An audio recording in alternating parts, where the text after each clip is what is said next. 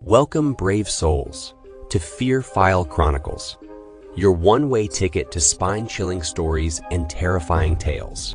Tonight, we'll be diving into the darkest corners of the human mind with the story, The Worst Thing in the World, penned by the twisted mind of the Vesper's Bell. Together, we'll explore the unexplained and face our deepest fears. But before we begin, if you enjoy trembling in terror, be sure to hit that like button. Share this video with your fellow fear fanatics and subscribe to our channel. Don't forget to click the bell notification so you never miss an eerie episode. Your support truly means the world to us.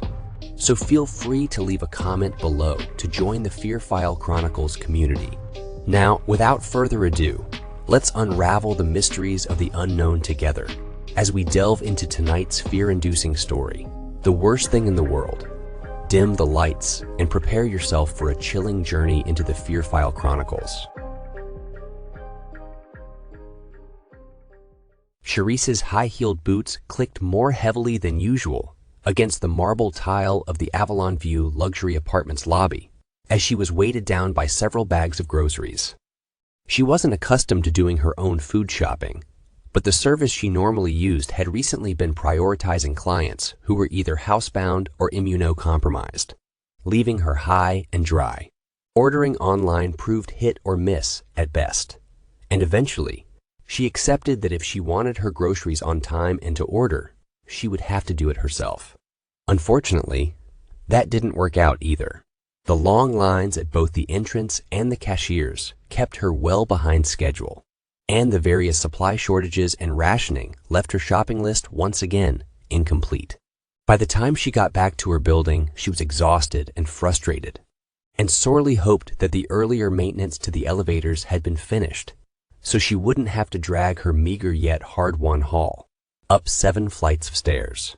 Across the lobby, she spotted a single elevator with its doors opened to a golden Art Deco interior, a surprising upgrade from the faux wood paneling it had had before. Standing at its threshold was a smiling, handsome young man, dressed in a deep crimson uniform with gold accents. He looked like a doorman or bellhop straight out of the 1920s, the only visible anachronism being a face shield clipped to the brim of his cap. He waved her over with a hand clad in an immaculate white glove, assuring her that the elevator was fully operational. Good evening, ma'am. Will you be needing a lift? I'm James, and I will be your lift attendant today. He greeted cheerfully. Lift attendant? Cherise asked with a bemused smirk. Yes, ma'am. Mr. Chamberlain is employing us at all his properties now. James explained. We eliminate public contact with the controls and enforce physical distancing, while adding a bit of old-fashioned class and personal service to the experience. If you'll kindly take your place in one of the marked corners, ma'am, I can have you upstairs in a jiffy.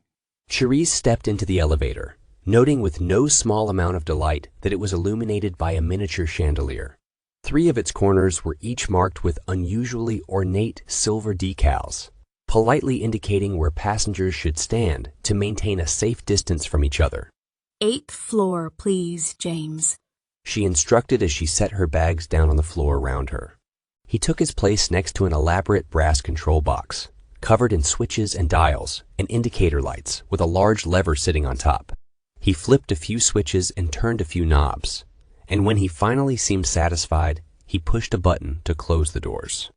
Going up, he announced, pushing the lever forward and initiating a smooth ascent. That's quite a contraption, Cherise commented, eyeing it with a hint of derision. It's a bit of kludge, ma'am. Tech from different eras all cobbled together, but it gets the job done. James replied while keeping his gaze focused intently on the readouts, the blinking indicator lights, dimly illuminating his unblinking eyes. And here we are. Would you like some assistance carrying your bags to your suite? Nowhere in the elevator did it actually say they were on the 8th floor. But when the doors slid open, the hallway looked as familiar as ever. So she decided to trust his judgment. Not tonight. Thank you, James. Perhaps another time when I'm better prepared to receive company. She smiled subtly, picking up her bags and heading into the hall. I look forward to seeing you around the building, young man. The feeling's mutual, ma'am. You have yourself a fantastic evening. He beamed, tipping his hat as the doors slid shut. Cherise rounded the corner and set the bags down again by what she thought was her door, as she inserted her keys into the lock, only for the door to stubbornly refuse to open. She frowned, pulling out the key to make sure it was the correct one. When she saw that it was, she tried again, only for the door to remain locked. Had James dropped her off on the wrong floor after all? Her first thought was to check the room number, only to see that the small bronze placard beneath the peephole was completely blank. She furrowed her brow in confusion, turning her head to check the door across the hall. It, too, bore a completely blank placard. It didn't make any sense. She wondered if it was some sort of maintenance error, or perhaps some petty spree of vandalism. But if her apartment key wouldn't work, that meant that she was either on the wrong floor or that the superintendent had changed the lock. Groaning in frustration, and with burdensome bags of groceries still in tow, she spun around to head back to the elevators in the hopes of finding out what floor she was on. When she turned the corner, she came to a dead stop, her frustration quickly morphing into fear at the impossible sight before her. Where the elevator lobby should have been, there was instead another hallway, a perfect duplicate of the hallway she had just come from, and a hallway that by all logic shouldn't have existed. Even if she was on the wrong floor, the hall would have to be stretching out onto Paladin Street, and elevators couldn't just disappear. Setting her groceries on the ground, she sprinted off down the hall to see what was on the other end. Hello? Is anyone here? I think I'm lost. She shouted as she ran, knocking on doors as she went. Not only did she receive no response, but every room she went by was deathly quiet. She could hear no voices or electronic media or humming appliances in any of them, as if they were all completely vacant. When she reached the intersection at the end, what she found was another identical hallway, with the same number of apartments, with no address numbers on their doors. At the end of that was another hallway, and another, and another. And then she realized she hadn't yet returned to her groceries. The halls all joined at 90-degree angles, so logically there could only be 4. But logically, the dimensions and location of the building wouldn't permit such a layout in the first place. She immediately began to backtrack. And sure enough, once she had gone back 5 halls, she found her groceries sitting exactly where she left them. She reached into her purse to grab her phone, only to find that it had no Wi-Fi and no network connection. She dialed 911 again and again, but never got a signal. As the dread in her stomach slowly grew, and she felt a sudden spell of vertigo start to set in, she chose to sit down before she fell down. Breathing deeply, she forced herself to focus on analyzing the situation at hand. Somehow, she had stumbled into a series of hallways with no windows or exits, no connection to the outside world, and whose physical dimensions didn't appear to conform to her understanding of reality. It seemed surreal, and yet she was certain she wasn't dreaming. If nothing else, the fact the groceries remained where she had placed them proved this place obeyed some kind of internal consistency. She did her best to stay calm, reminding herself that she had supplies, and thus plenty of time to figure something out.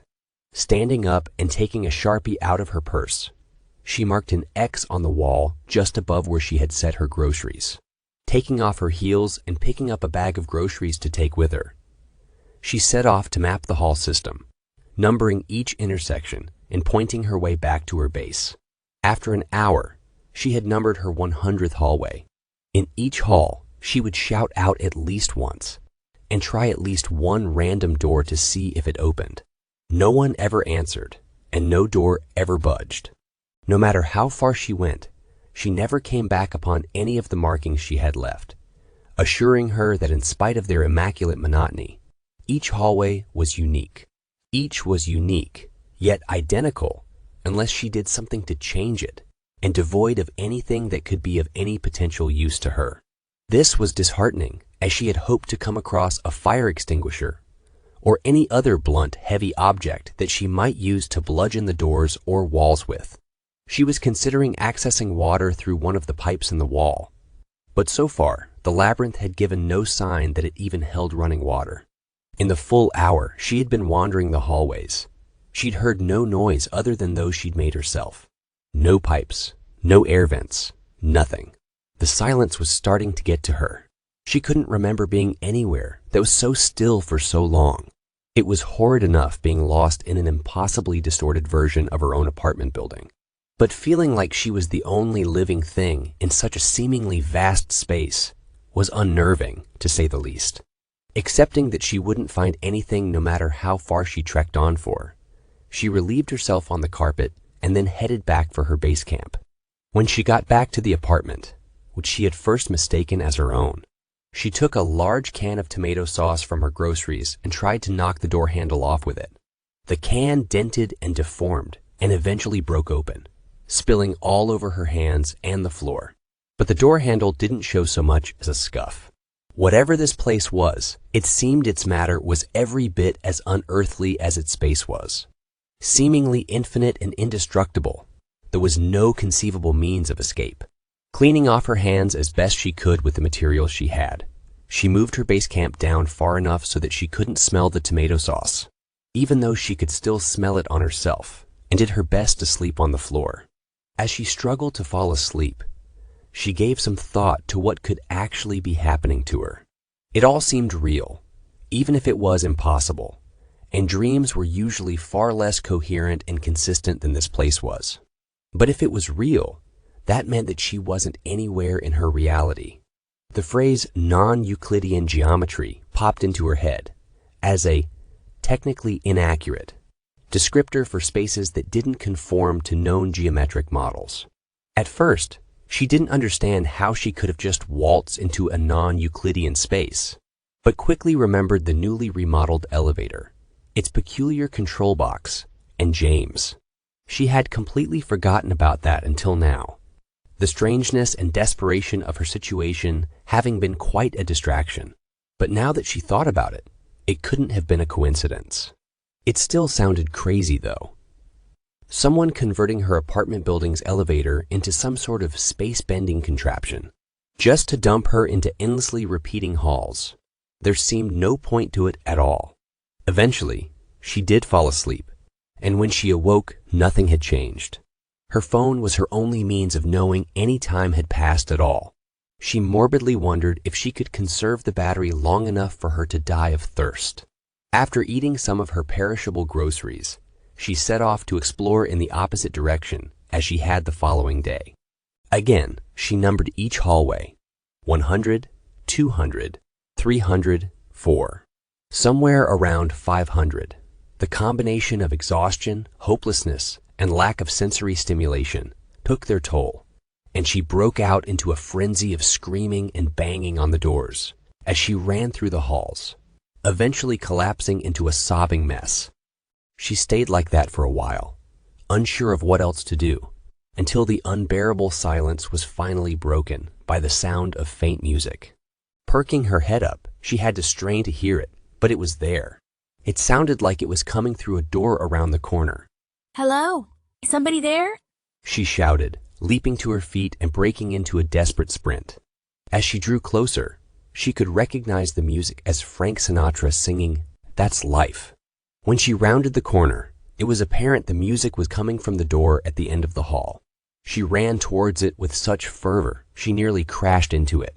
Unlike all the other thousands of doors she had walked past over the last few hours, this door had a number on its placard, Room 101 to be exact. It was further differentiated by a shiny brass door knocker with "The Darlings" engraved upon it. Hello? Hello? Is anyone in there? I need help. Cherise pleaded as she banged with the knocker with her right hand and pounded on the door with her left. The music kept playing, but the feeling of hope was kindled within her at the sound of someone getting up from a chair and walking towards the door. She heard a deadbolt click, and then the door opened as far as the chain lock would allow for. Through the slightly ajar door, Cherise saw a young woman with onyx black hair and baby blue eyes. She was wearing a vintage 1950s dress and had her hair in curled pigtails, which at any other time, Cherise surely would have found at least a little strange. But now, She was just overwhelmed with relief at having found another human being. What's going on out here? The young woman asked, her tone one of timid confusion. Oh my God, thank you so much. Cherise sobbed, her voice cracking as she did so. I've been trapped in these hallways since last night. They've been just going on forever and none of the doors will open. And you're the only other person I've found since I got here. Oh, okay. The young woman said, her voice filled with uncertainty. I'm going to let you in so that you can calm down, and we'll try to work out what's going on. All right? Yes, whatever you want. Thank you, thank you, thank you. Cherise agreed eagerly. The woman obviously didn't believe her story, which was fine with her. At the moment, she was no longer sure she hadn't just had some kind of psychotic breakdown. The door closed just enough for the woman to unlock it, then opened fully. I'm Mary, by the way. She introduced herself as she led Cherise to the sofa. It's nice to meet you. I'm Cherise. She answered as she sat down. All right, Cherise. I'm just going to make a phone call, and then I'll get you some tea and we can talk. How does that sound? Lovely. Thank you. Cherise nodded. Mary walked across the room, and Cherise heard the unmistakable sound of a rotary phone being dialed. She was surprised that someone who looked to be right in the gray zone between millennial and Zoomer would even know how to operate such a device, let alone own one. When she combined that oddity with Mary's dress, the decor of the room, and Frank Sinatra still singing away on what was obviously a genuine 1950s record player, panic began to rise again in Cherise as an odd thought entered her mind. A crazy thought, but no crazier than being trapped in an endlessly repeating set of halls. She began frantically looking around the room for anything modern or something with a date on it. She spied a 1950s-style pinup calendar on the back of the door, which, to her great relief, clearly said 2020 right next to the month. She sighed at the realization that this girl was just very dedicated to her decorating theme. For extra confirmation, she pulled out her phone to see if she could finally get a signal. And sure enough, there was a notification alerting her to the fact that password-encrypted Wi-Fi was available. There was still no cell signal, however, and that was definitely strange. She couldn't remember ever not having any reception in the building before. She glanced towards the open balcony doors to check on the weather for some possible explanation, which is when another unsettling realization struck her. The room number had been 101, and yet they clearly weren't on the ground floor. Hello, darling. Yes, of course it's Mary. How many other girls have this phone number? Uh-huh. Did she now? Mary spoke into the phone receiver, cheerfully at first, but her voice taking on a noticeable edge as her eyes darted up towards Cherise. Her name wouldn't have happened to be Cherise by any chance. Now, would it? Because she's here right now, darling. I found her pounding at our front door, scared out of her wits, and reeking of urine and tomato sauce of all things. What on earth did you do to her? Wrong floor? That's all you have to say. When Mary turned her back, Cherise rose from her seat and crept over to the balcony in the hopes of finding a fire escape. She was too scared to try the halls again, but it was becoming clear that not all was right with Mary's apartment either. But when she looked out over the balcony, all she saw was a kaleidoscope effect of blue sky, white clouds, and myriad reflections of herself, all staring out with the same shocked and horrified expression on their faces. Sorry about the sky, ducky. Maybe you should have come when I was better prepared to receive company. Mary said vehemently as she angrily stirred some sugar into her tea. Cherise turned around slowly, staring at the insidiously benign-looking woman across from her in confounded terror, unsure even how to react. What? Is this place? She managed at last. Room 101. She replied nonchalantly, casually sipping her tea. You're reasonably well read, aren't you, ducky? You know what's in room 101, right? Mary smirked as Cherise bolted for the door, desperate for the halls she had longed to escape only moments ago. To Cherise's surprise, the door actually opened. Except now, the once grand hallway looked to be suffering from a century's worth of neglect and decay, covered in cobwebs and lit only by flickering lights that threatened to give out at any moment. This hallway also went on forever, with no turns or end in sight. As she ran, She could hear the doors creak open as she passed, but she didn't dare to look back to see what was emerging from those once inaccessible rooms. Over the pounding of her own heart and footfalls, she barely noticed that Frank Sinatra was still crooning away as loudly as ever. She screamed as she felt the ragged carpet being pulled out from under her, throwing her to the ground. She spun around to see Mary dragging the carpet towards her, an enormous meat cleaver clenched in her psychotically grinning mouth, and an assortment of other suddenly terrifying kitchen knives held in the sash of her dress. Cherise rolled off the carpet and into the adjacent room, slamming the door shut and bolting the lock. It splintered and shook as Mary appeared to be using her meat cleaver as an axe to break through it. Cherise Crab walked away from it as she sobbed, desperately looking around for anything that she could use to fend off her attacker. She shrieked when she realized she was right in front of a rotting skeleton, slumped up against the wall. A handgun pointed at its chin and a large exit wound at the top of its skull. She grabbed the gun with so much force that the corpse's hand disintegrated into tiny phalanges and metacarpals. With a trembling grip, she pointed the gun at the door, not knowing if it was loaded or would still fire even if it was. Mary thwacked and thwacked and thwacked until the door burst into shards. Cherise pulled the trigger, and the gun successfully fired. She fired again and again, getting off a total of 8 rounds before the gun began clicking impotently. Shaking, her ears ringing and her vision clouded with gunsmoke, she slowly lowered the gun to assess the damage. She expected to see the bullet-ridden corpse of her enemy lying in the hallway, but found no sign of Mary. She took a few tentative steps out into the hall, looking each way, only to find it deserted, but did notice a few splotches of blood leading away from her. Mary was still well enough to retreat, it seemed, but she was injured, and that at least bought Cherise some time. She turned around to search the apartment for anything else that might be of use, and saw a smiling and unharmed Mary blocking her way. Boo, She said as she brought the meat cleaver down on her skull. Mary, darling, could you come here a moment, please? James asked, a hint of displeasure in his voice. Yes, James, darling? Mary asked, appearing from behind him the instant she was summoned, her hands innocently folded behind her back. Would you kindly explain this? James requested, gesturing to Cherise's mutilated corpse sprawled out on the lobby floor. The meat cleaver to the head hadn't quite done her in, and it looked like Mary had taken her time finishing her off. Oh, right. Mary hung her head in shame. I'm sorry, darling. I know I should have waited for you. Then why didn't you? The rule is that when one of us lures a new plaything back home, we let them wander until we're both here and decide on what to do with them. James reminded her sternly. But she started to break before you got back, and it's no fun playing with broken toys. Mary explained.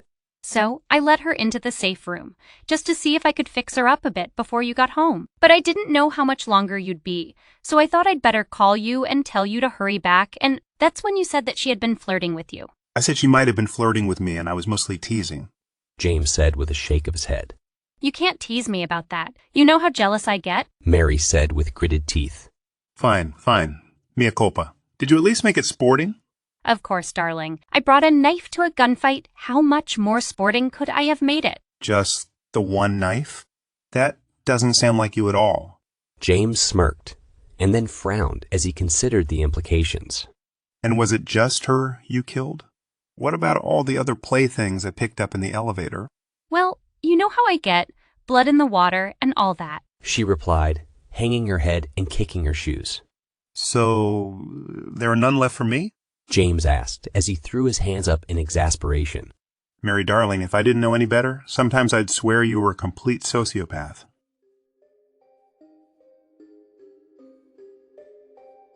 Well, my friends, we've reached the end of tonight's chilling tale, The Worst Thing in the World, by the talented The Vesper's Bell.